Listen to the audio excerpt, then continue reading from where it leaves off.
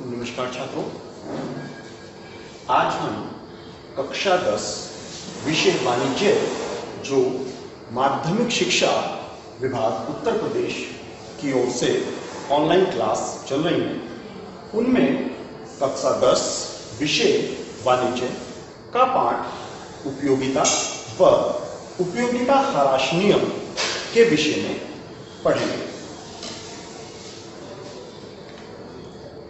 इसमें आपका सबसे पहला पॉइंट आता है उपयोगिता से आशय। उपयोगिता से आशय क्या होता है?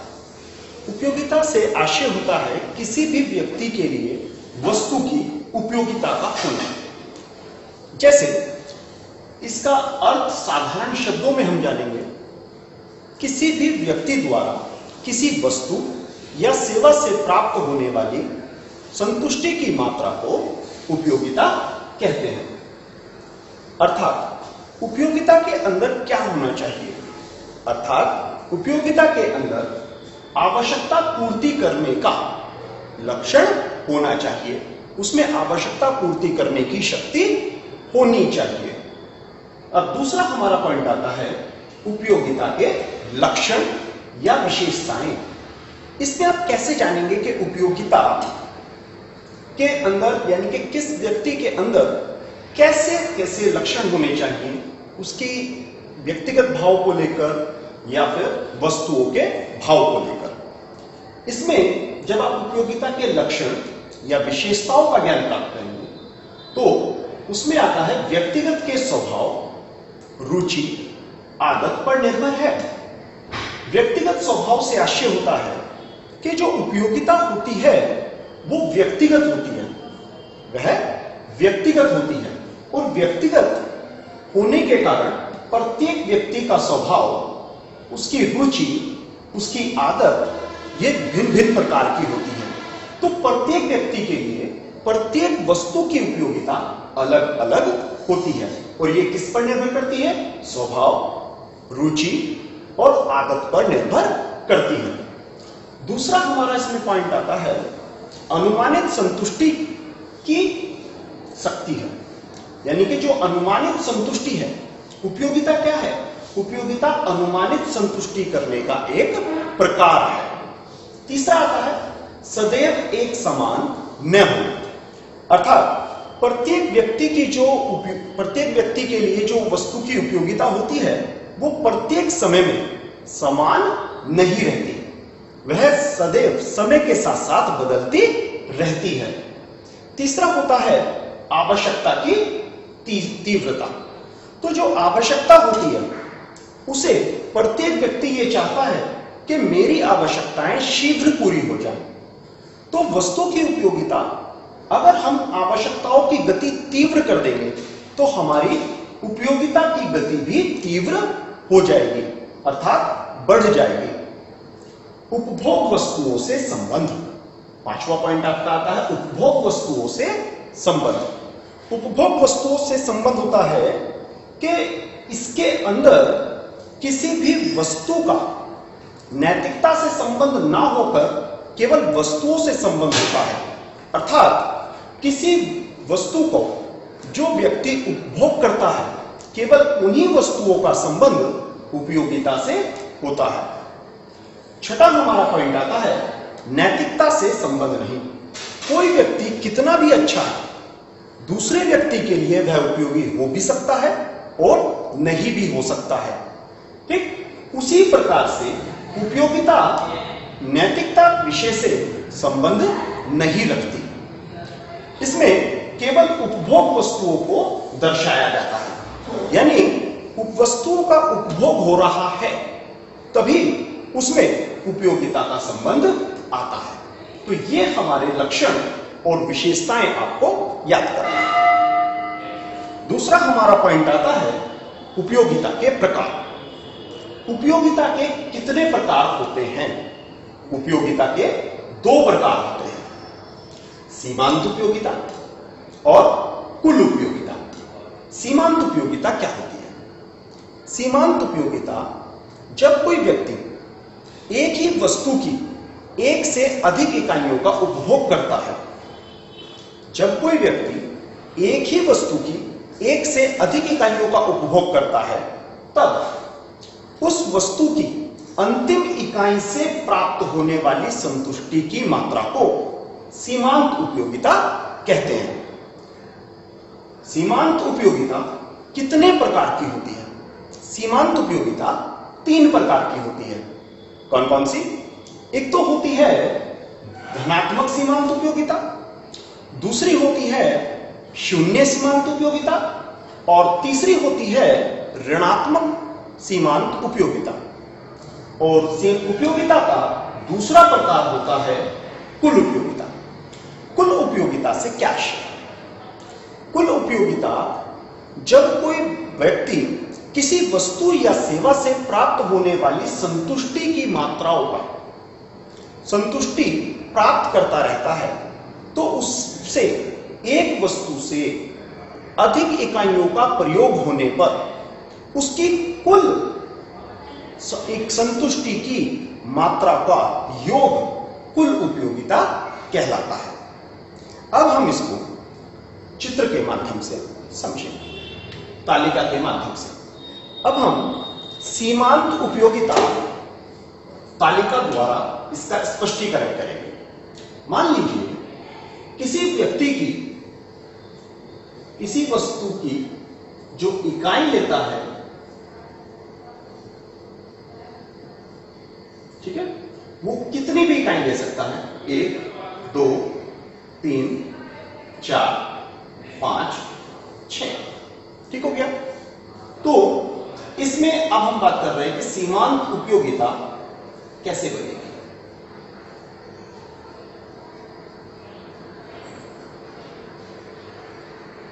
सीमांत उपयोगिता, सीमांत उपयोगिता मान लीजिए किसी व्यक्ति को पहली वस्तु यूज करने से, पहली वस्तु का प्रयोग करने से 20 उपयोगिता प्राप्त होती है और उसी वस्तु की दूसरी इकाई उपयोगिता प्राप्त करने से उसे 40 सीमांत उपयोगिता प्राप्त होती है। तीसरी वस्तु से उसे 30 सीमांत उपयोगिता प्राप्त होती है। चौथी वस्तु से उसे 10 सीमांत उपयोगिता प्राप्त होती है। पांचवी वस्तु की इकाई उपभोग करने से अब उसकी आवश्यकता पूर्ण हो जाती है, तो उसे यहां पर अब शून्य सीमांत उपयोगिता प्राप्त होगी, क्योंकि यहां पर 4 वस्तुओं का प्रयोग करने से उसकी आवश्यकता पूरी हो गई। छठी में अगर वो वस्तु का और यूज करता है, वस्तुओं का और अधिक प्रयोग करता है, तो अब उसकी सीमांत उपयोगिता माइनस में चली जाएगी, ऋणात्मक हो जाएगी। अब हम जानेंगे जो 3 प्रकार हमने सीमांत उपयोगिता के पढ़े थे, धनात्मक सीमांत उपयोगिता, शून्य सीमांत उपयोगिता और ऋणात्मक सीमांत उपयोगिता, यही होती है।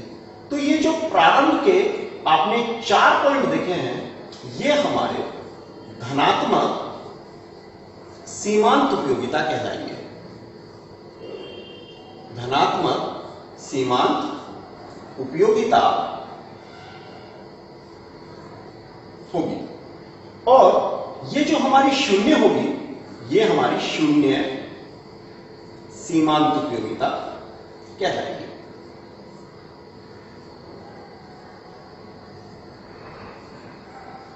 और जो ये माइनस में चली गई है, ऋणात्मक में चली गई है, ये हमारी ऋणात्मक सीमांत उपयोगिता कहलाएगी।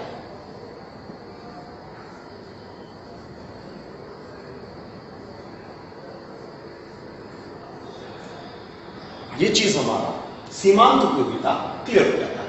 इसका एक बार और देखेंगे कि इसमें क्या है। सीमांत उपयोगिता क्या होती है? जब कोई व्यक्ति एक वस्तु का अधिक प्रयोग करता है, एक वस्तु की इकाई का एक वस्तु की इकाई से ज्यादा प्रयोग करता है, तो अंतिम इकाई से प्राप्त होने वाली संतुष्टि की मात्रा को सीमांत उपयोगिता कहते हैं। तालिका द्वारा स्पष्टीकरण हमने किया था कि एक व्यक्ति किसी वस्तु की इकाई का उपभोग करता है, वह पहली वस्तु की इकाई का उपभोग करता है, तो उसे 20 सीमांत उपयोगिता प्राप्त होती है। दूसरी वस्तु की इकाई प्रयोग करता है तो उसे 40 सीमांत उपयोगिता प्राप्त होती है। तीसरी वस्तु प्रयोग करता है तो अब यहां पर उसकी सीमांत उपयोगिता घटनी आरंभ हो जाती है, यानी उसको 30 सीमांत उपयोगिता प्राप्त होती है। चौथी वस्तु पर उसे और घटकर सीमांत उपयोगिता प्राप्त हो रही है, क्योंकि धीरे धीरे उसकी उपयोगिता उस व्यक्ति के लिए उस वस्तु की उपयोगिता कम होती जा रही है। पांचवी वस्तु पर उसका अब उसके लिए उपभोग करने की कोई आवश्यकता नहीं है, तो यहां पर उसके लिए 0 सीमांत उपयोगिता आ गई। अगर वो अब इसका अधिक और उपभोग करता है, छठी वस्तु की इकाई का भी उपभोग कर लेता है, तो अब उसकी सीमांत उपयोगिता ऋणात्मक में चली जाएगी, ऋणात्मक सीमांत उपयोगिता। तो इस प्रकार से यह सीमांत उपयोगिता हमारी 3 प्रकार की होती है।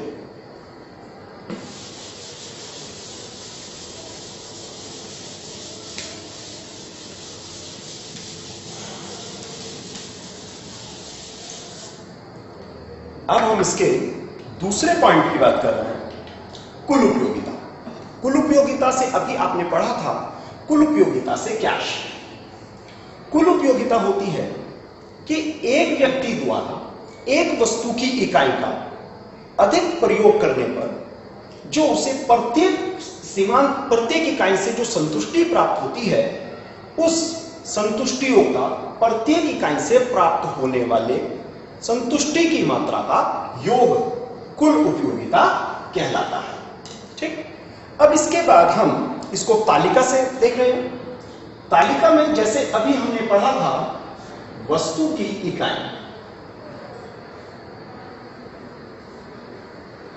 अभी हमने पढ़ा था कि वस्तु की इकाई होती है, वो व्यक्ति कितनी भी वस्तुओं का यूज कर सकता है, 1 2 3 4 5 6 वस्तु।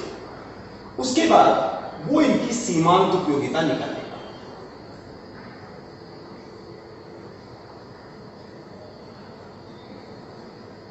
सीमांत उपयोगिता, अभी हमने पढ़ा था कि सीमांत उपयोगिता पहली वस्तु पर कितनी होती है, कितनी भी हो सकती है, आप इसे मानकर लिख सकते हैं। दूसरी वस्तु से उसको 30 प्राप्त होती है, तीसरी वस्तु से उसे 20 प्राप्त होती है, चौथी वस्तु पर उसे 10 प्राप्त होती है, और पांचवी वस्तु पर उसे 0 प्राप्त होती है, और छठी वस्तु पर उसे ऋणात्मक प्राप्त होती है। ठीक है, तो अब हम इसकी कुल उपयोगिता निकालेंगे।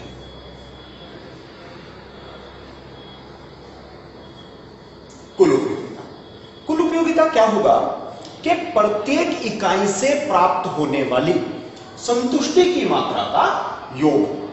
अब पहली वस्तु प्रयोग करने पर पहली वस्तु पर सीमांत उपयोगिता हमें 40 प्राप्त हुई, तो इसकी कुल उपयोगिता हो जाएगी 40। दूसरी वस्तु पर सीमांत उपयोगिता हमें 30 प्राप्त हुई, तो अब उसने वहां पर 2 वस्तु की इकाइयों का प्रयोग किया, तो 2 वस्तु की इकाई का प्रयोग करने पर उसे कुल 40 प्लस 30 यानी कि 70 उसकी उपयोगिता हो जाएगी, तो इसको कहते हैं कुल उपयोगिता। इसी प्रकार से तीसरी वस्तु का प्रयोग करने पर उसे 20 सीमांत उपयोगिता मिली, तो 70 प्लस 20 ये हो जाएगा 90। चौथी वस्तु की इकाई प्रयोग करने पर उसे 10 सीमांत उपयोगिता प्राप्त हुई, तो यहां पर उसकी कुल उपयोगिता बन जाएगी 90 प्लस 10 बराबर 100। अब यहां पर पांचवी वस्तु पर उसकी आवश्यकता पूर्ण हो गई, तो उसको यहां पर 0 सीमांत उपयोगिता प्राप्त हुई है। 0 सीमांत उपयोगिता जहां पर प्राप्त होगी वहां पर कुल उपयोगिता समान हो जाएगी। अब छठी वस्तु का उपयोग करने पर उसे ऋणात्मक सीमांत उपयोगिता प्राप्त हुई है, तो ऋणात्मक सीमांत उपयोगिता प्राप्त होने पर अब कुल उपयोगिता घटनी आरंभ हो जाएगी। ये चीज हमारी क्लियर होती है।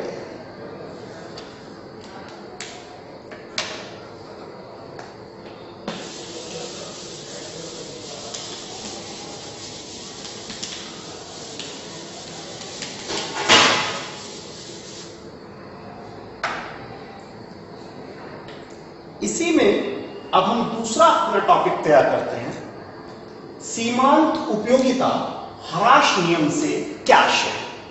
अभी आपने पढ़ा है कि एक किसी व्यक्ति द्वारा किसी वस्तु या सेवा द्वारा प्राप्त होने वाली संतुष्टि की मात्रा को उपयोगिता कहते हैं। अब अगर कोई व्यक्ति एक ही वस्तु का एक से अधिक इकाइयों का उपभोग करता है तो एक समय ऐसा आता है कि वह वस्तु व्यक्ति के लिए उपयोगी के स्थान पर अनुपयोगी हो जाती है। जब वस्तु उपयोगी के स्थान पर अनुपयोगी होने लगे तो वहां पर सीमांत उपयोगिता का ह्रास नियम लागू हो जाता है, अर्थात वस्तु उपयोगिता के स्थान पर अनुपयोगिता प्राप्त कर लेती है। ठीक हो गया? जहां पर हमारा सीमांत उपयोगिता ऋणात्मक में चली जाएगी, जहां पर हमारी सीमांत उपयोगिता ऋणात्मक में चली जाएगी, वहीं पर हमारा सीमांत उपयोगिता ह्रास नियम लागू हो जाएगा। ठीक, उसके बाद हमारा दूसरा टॉपिक शुरू होता है सीमांत उपयोगिता ह्रास नियम की मान्यताएं। सीमांत उपयोगिता ह्रास नियम की मान्यताएं कहां कहां मान्यताएं हैं, यानी कि सीमांत उपयोगिता ह्रास नियम कब प्रयोग में आता है। एक व्यक्ति के लिए किसी वस्तु की उपयोगिता कब कम होती रहेगी? तो कब कम होगी? पहला, जब किसी वस्तु का उपभोग लगातार होता रहेगा, अर्थात किसी व्यक्ति को भूख लगी है, वह रोटी खाता है, तो एक समय ऐसा आएगा कि उसका पेट भर जाएगा और वह रोटी और अधिक नहीं खा पाएगा, है ना? तो इसलिए उपभोग लगातार होने के कारण से उसका अब रोटी की सीमांत उपयोगिता कम हो गई। कम होने पर वहां पर ह्रास नियम लागू हो गया। दूसरा हमारा आता है मात्रा व आकार। अगर किसी वस्तु की मात्रा और आकार में कोई परिवर्तन नहीं होता तो एक समय इस प्रकार का आता है कि व्यक्ति उस वस्तु की मात्रा और आकार में परिवर्तन करने का प्रयास करता है। जब वह उस वस्तु की मात्रा और आकार में परिवर्तन करने का प्रयास करता है तब वहां पर सीमांत उपयोगिता ह्रास नियम लागू हो जाता है। तीसरा, अपरिवर्तित मूल्य।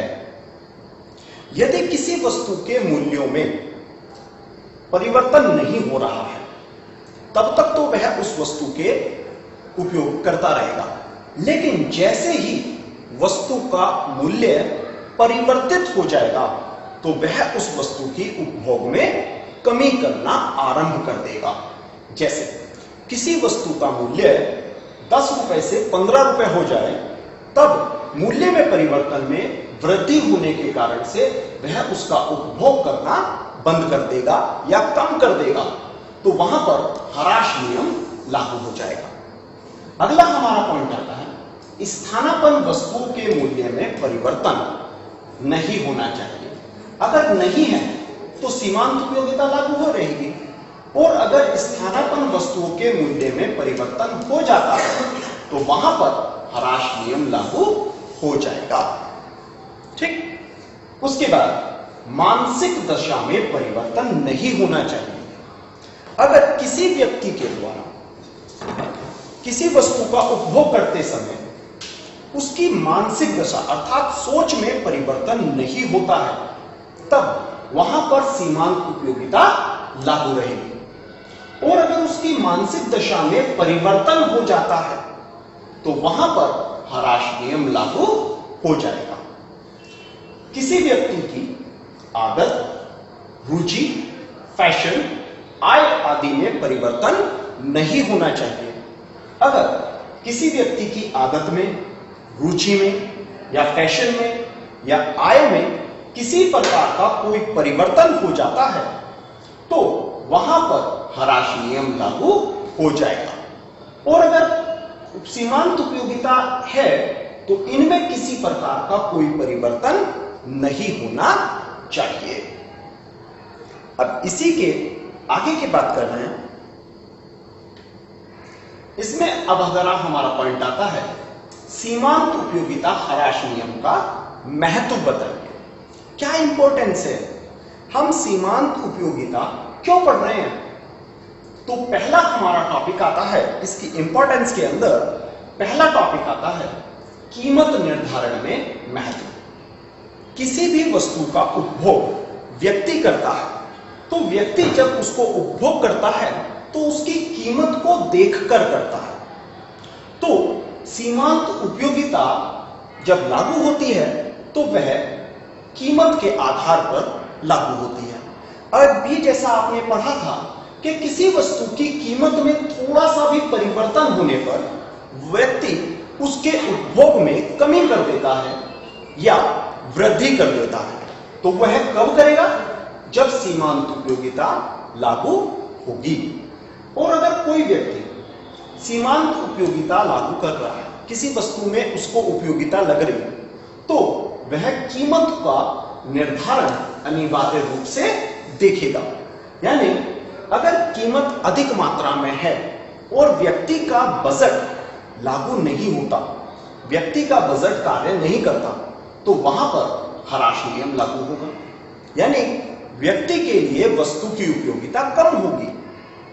इसी के विपरीत यदि व्यक्ति को द्वारा उपभोग की जाने वाली वस्तु की कीमत कम है और उसके बजट में आ रही है, तब वह उस वस्तु का उपभोग अपनी आवश्यकता पूर्ति होने तक करता रहेगा।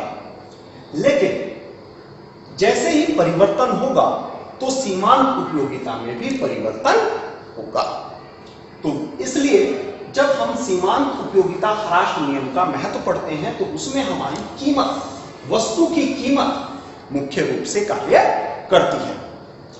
दूसरा हमारा पॉइंट आता है समाजवाद का आधार। समाजवाद का आधार क्या होता है? हमारे समाज में दो प्रकार के व्यक्ति होते हैं। हमारे समाज में दो प्रकार के व्यक्ति होते हैं। एक होते हैं धनी वर्ग और एक होते हैं निम्न वर्ग। धनी वर्ग के व्यक्तियों से हमारे देश की सरकार कर वसूल करती है और उस कर को निम्न वर्ग के लोगों में सहायता के रूप में बांट देती है। तो इसी प्रकार से निम्न वर्ग के व्यक्तियों के लिए धन की उपयोगिता होती है और धनी वर्ग के व्यक्तियों के लिए धन की उपयोगिता नहीं होती। तीसरा हमारा इसमें पॉइंट आता है उपभोक्ता के व्यवहार की व्याख्या में सहायक है। अर्थात यदि उपभोक्ता के व्यवहार में कोई परिवर्तन नहीं होता, व्यवहार में कोई परिवर्तन नहीं होता, तो व्यक्ति की वस्तु की उपयोगिता लागू रहेगी। और अगर किसी व्यक्ति के व्यवहार में परिवर्तन आ जाता है, जैसे किसी व्यक्ति की आय में वृद्धि हो गई या कमी हो गई, तो वह वृद्धि होने पर निम्न वर्ग की वस्तुओं को छोड़कर उच्च वर्ग की वस्तुओं का प्रयोग करना आरंभ करेगा। और अगर व्यक्ति की आय में कमी हो गई तो वह उच्च वर्ग की वस्तुओं को छोड़कर निम्न वर्ग की वस्तुओं का प्रयोग करना आरंभ करेगा। तो वहां पर उपभोक्ता के व्यवहार को यह व्याख्यात करता है। चौथा हमारा नियम आता है मांग के नियम का आधार। मांग का नियम क्या होता है? किसी वस्तु की अगर पूर्ति अधिक है, किसी वस्तु की पूर्ति अधिक है, तो उसकी मांग निम्न स्तर पर रहेगी, क्योंकि वह वस्तु व्यक्ति को समय समय पर प्राप्त हो जाती है। और अगर किसी वस्तु की पूर्ति कम है, उसकी सप्लाई कम होती है, तो वस्तु की मांग अधिक हो जाएगी। इसके विपरीत अगर हम मूल्य में परिवर्तन करें, किसी वस्तु का मूल्य कम होता है तो उसकी मांग अधिक होती है, और किसी वस्तु का मूल्य कम होता है तो उसकी मांग अधिक होती है। तो यहां पर यह मांग के नियम का भी आधार बनता है।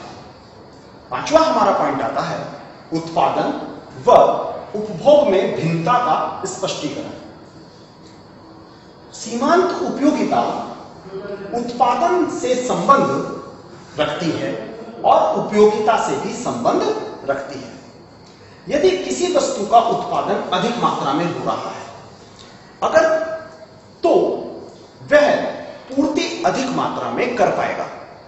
अगर किसी वस्तु की मात्रा पूर्ति अधिक मात्रा में प्राप्त हो रही है तो वहां पर सीमांत उपयोगिता सामान्य स्तर की रहेगी और वह उपभोग करता रहेगा। ठीक, तो वहां पर इन दोनों में पूर्ति अधिक होने पर उपभोग कम होगा और उत्पादन कम होने पर उपभोग अधिक मात्रा में होगा। क्योंकि उत्पादन कम होने पर क्या होगा, व्यक्ति चाहेगा कि वस्तु की मात्रा उसके पास उसकी आवश्यकता को पूर्ति करने तक रखी रहे। अब इसमें हम अगला पॉइंट पढ़ते हैं, सीमांत उपयोगिता नियम के अपवाद। क्योंकि किसी वस्तु में या किसी भी टॉपिक में अगर हम बात करें तो गुणों के साथ साथ उसके दोषों को भी देख लेना अनिवार्य होता है। तो यहां पर जो हमारी सीमांत उपयोगिता ह्रास नियम के अपवाद आते हैं वो दो प्रकार के आते हैं। एक तो आते हैं दिखावटी अपवाद और दूसरे आते हैं वास्तविक अपवाद। दिखावटी अपवाद हमारे 5 प्रकार के होते हैं और वास्तविक अपवाद हमारे 2 प्रकार के। इनके बारे में जानते हैं। दिखावटी अपवाद क्या होते हैं? पहला, उपभोग की इकाई सूक्ष्म होना। सूक्ष्म का मतलब कम होना, ठीक है, या छोटी होना। यदि किसी वस्तु की उपभोग की मात्रा, जिस वस्तु को कोई व्यक्ति उपभोग कर रहा है, उस वस्तु की मात्रा मार्केट में यानी कि बाजार में कम है तो वहां पर उपयोगिता ह्रास नियम लागू नहीं होगा। क्योंकि प्रत्येक व्यक्ति उस वस्तु को खरीदने के लिए बाजार में जाता रहेगा। दूसरा, दुर्लभ व विलक्षण वस्तुएं। कुछ वस्तुएं इस प्रकृति की होती हैं, व्यक्ति के पास जितनी अधिक मात्रा में हो जाए वह उसके पास उसे कम ही लगती है। जैसे सोना, चांदी, तो वह जितनी मात्रा में इनका अधिक क्रय करेगा, जितनी मात्रा अधिक मात्रा में इनका उपभोग करेगा, उतना ही वह संपन्न दिखाई देगा।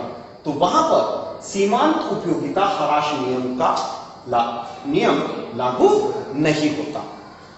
तीसरा हमारा पॉइंट इसमें आता है, कंजूस व्यक्ति की धन संग्रह की प्रवृत्ति।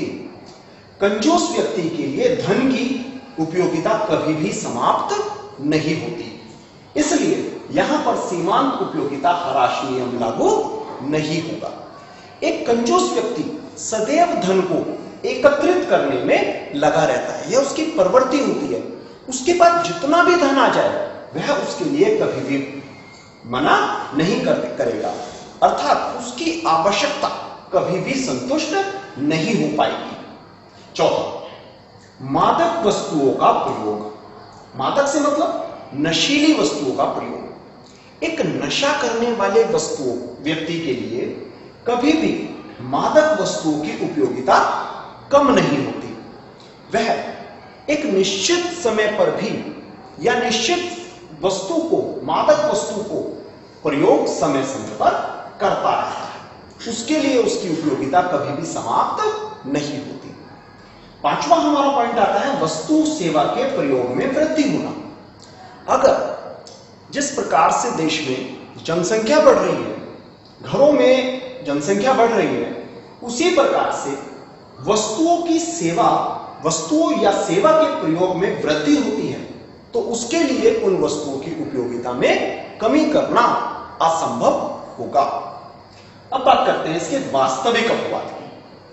वास्तविक अपवाद जैसे पहला है अच्छी कविता या मधुर संगीत। एक व्यक्ति अपना मनपसंद संगीत सुनता है या कविता पढ़ता है, तो वह व्यक्ति उसको जितनी बार भी पढ़ेगा या सुनेगा तो उसके लिए उसकी उपयोगिता कभी भी कम नहीं होगी। उसका मन उस कविता को पढ़ने में या मधुर संगीत सुनने में कभी भी नहीं होगा। दूसरा हमारा पॉइंट आता है उपभोग की आरंभिक अवस्था। यदि किसी व्यक्ति के लिए कोई वस्तु बाजार में नई नई आई है तो वह उस वस्तु का उपभोग करते समय उसको अधिक मात्रा में क्रय करेगा, जिसके लिए उसकी अवस्था यानी कि जो प्रारंभिक अवस्था है उसके लिए नई वस्तु की जो अवस्था है वह उसको अधिक मात्रा में उपभोग करने का मन करेगा। तो यहां पर यह आपका सीमांत उपयोगिता समाप्त होता है।